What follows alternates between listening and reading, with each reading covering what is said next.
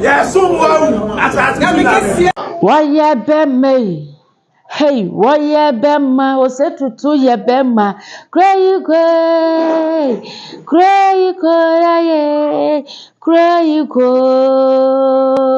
why ya be ma? Asante ya be ma. Yen wenya fo be ma. Otokwa kwaso be me.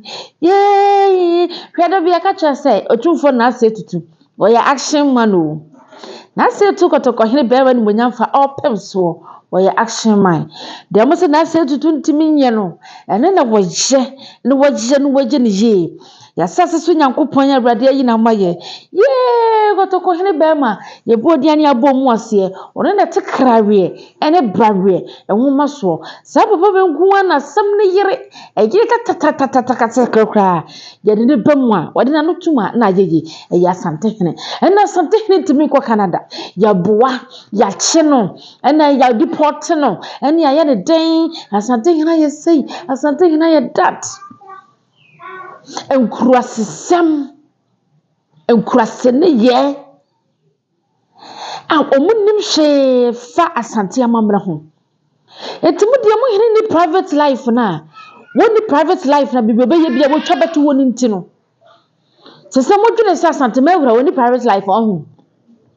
meme kura meme ti hai na imam ka che me kura mo private life a me ye bibia me pese me twa man krofo hu se me ye bibi na asante me nyina wura wote kokos wote krawe nwoma so meme ni monyamfo we ni wantimi abusua ye wura land wo Canada ai ye wura walande na wura etom echichi ekohye ye wura wo airport ma me hu se asante yo man asante na yesi eyo man no eyo dom asante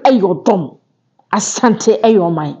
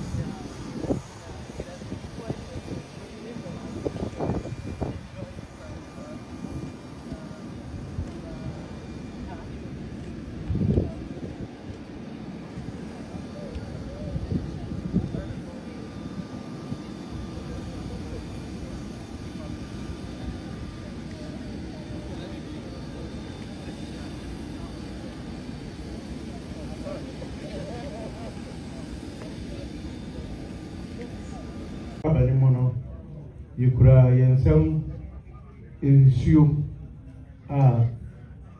Bruninsa Pentu and Washi Pentu 9, yeah, Pentu 9. Yukura Yansam Dia Naka case, and so and 9. The bread Yura na hoho a edina chiero o timenya nsuo ne bi e dia somo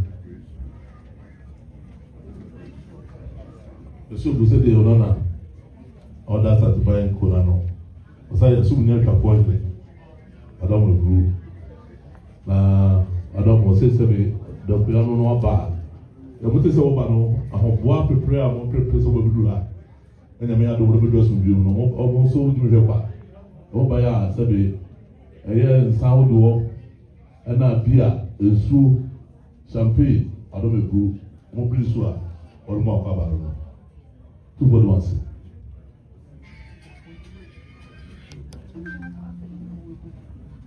C'est bon, on peut vous demander le saut. Et on retrouve ça après là.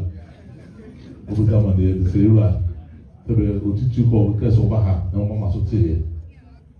C'est bien, manière qu'on se dit là, on pas. On n'a pas bas. Pour nous dire c'est le dire là. Tout le monde sait c'est bien, même là non. Na be titia.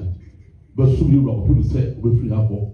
Emenda musa ni na je da so ni emenda de onya bo tele mu ni ama transit e di fi amane aku se be ma se chomo ti ha se be de afo se be o mu bi ra no e cheso da ye oba ha no ye be ma so bi a so se be e be ha ba mo ti ro di shira na de bremo ro da mas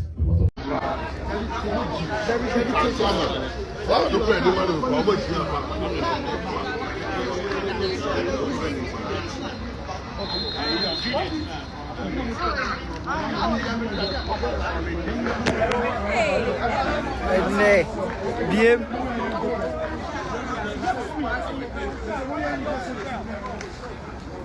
Oh, we nyina asante akade o.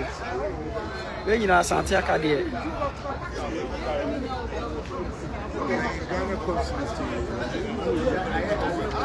So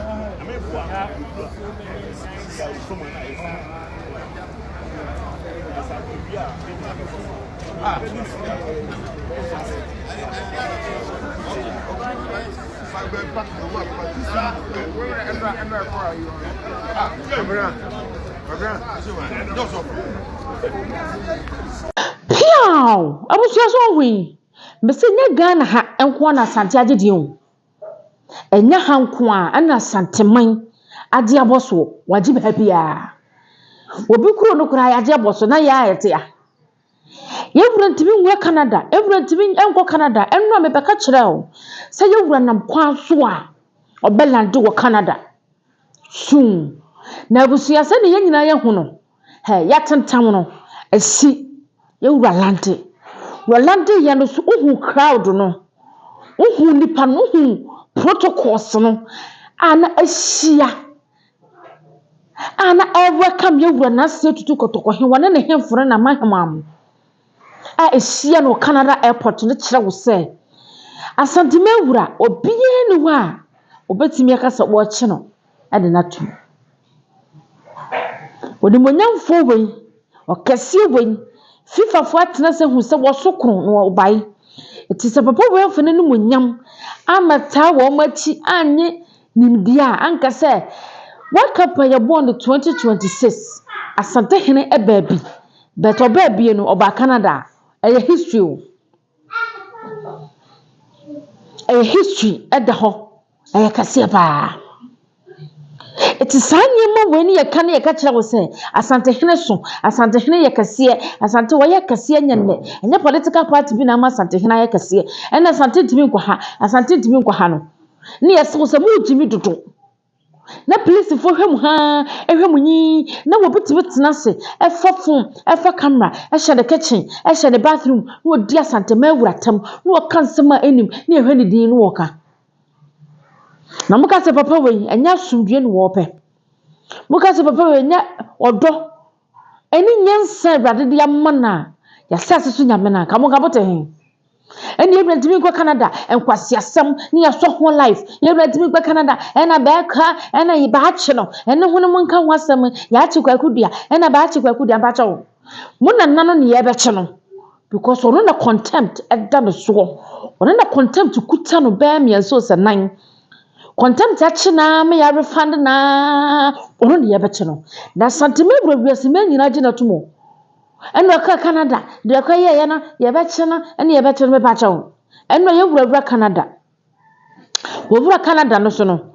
Canada Santa Fo, Canada Foa, or Munim say, we are king of Ghana. The work in the Cassibi, or in the pocket Sibi, when Munyam focus say, what Ghana, a Canada, so Ghana, and I king of Ghana, no, or more welcome you will not say to Boko. Or more than no pebe bit tonight.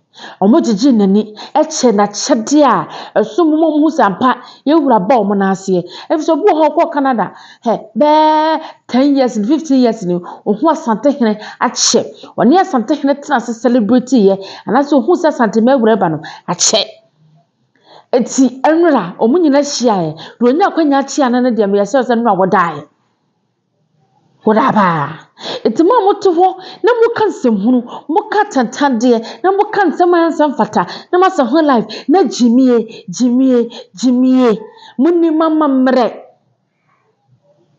edi na munni fa sante abakwasam ho edi na munni fa sante hene ho edi na munni fa sante hene ho ena sante hene ntimi nko ena ba hin David tani bo jese wonye ba bia kwose na obesua obeya adwuma behwe ne Jimmy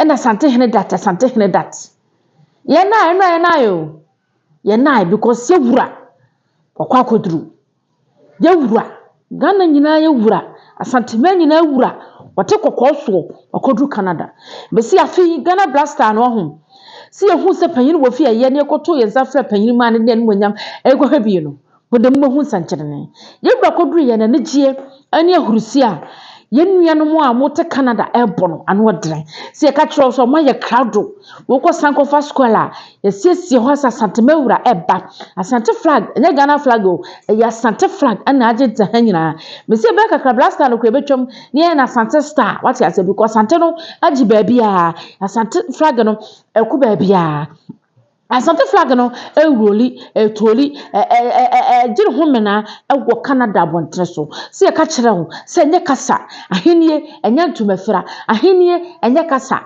ahenie enye chawchaw ne chini ale besun so ahenie enye me de no me kotobi me okutawai me nyina ye pe no enye no ne ahenie ni ba bia obedura wo se wo hene ye kase wo hene ye konkono wo hene ne yasumni asante mewura no be men monyamfo no wo se yes ya bone samanane yakoto soro no ye ne tisi ye hia no ne tese wudi hene ene tese wiase manyina ajuwatum ene tese wo danso dankoro na nya kasa bebrebe ne ene wantimi nya no me se na se tutu ya action man o de mo se wantimi nya no wantimi nko na mo de mo tese mo de viewers abusia na ye de kansem hunu no ene santemawura waduru ho asante mewura waduru ho se wachina Wednesday beba amma match na baso no ye guest of honor obetina dwam wonimonyamfo His Royal Majesty me hu de dia me fama no yesaso King Solomon, King David, King Caesar of our time ebetina as a king guest of honor atsem ahwebie Ghana match ni bie no eno na mbo hu se ye wo hen kase be wo Ghana ha etina muntemi dia so na munjimi se dia na mobeka ese mu ede na mobeka mu obibi foforo ka so okodu ye no se akampura na anade na mobeka mogimi munsua nyansa munim die na bofom no akaka krabi na abo ano munsua na muama ha 2 days we abusua enu e na asante man nyina wura Ghana nyina ye hene okwakodu Canada abontre so a ye hoahoa na ye dondom na enya asem kotoa crowd na nu ehia no na no odene na storms na no odene na tender na nu adihia na no odene na hit na no odene obi ani age so ohia asante man wura e wo Canada ha 2 days TV enenda na wo subscribe video no wa share mama nsa nyina hwe okoko comment section na wa cha wa dwasundwe eni apoto bakato sai hwe bakwasem kana mama ne chieftains issue ni din ha ade afa hensa hu komode aha ani na bakato se leader in this boutique esebra Lydia was a school junction before so bedo binim somebody Lydia Bohobagaya. Lydia never fene papa so your rory. Quite for on social media platform be at TikTok, Facebook, Instagram, Lydia in the boutique. Na kwajo wodi. But so open near ma ye this ye fie so dia Lydia Hwana Beko. Menu be share be subscribe. You already share baby. No for you my mam get your man fefe. Asantama de share. Mira akwa ko duboko. Asantama de share na dua na ni ba je twema no buruburu. Na na maji wako dia metoso miensa. Menu be share be se na sante hina ko du ho ne de besi bia e fa mamre ho e fa hensam ho de ye de bebro to subscribe na wa share na stay tuned. Okay.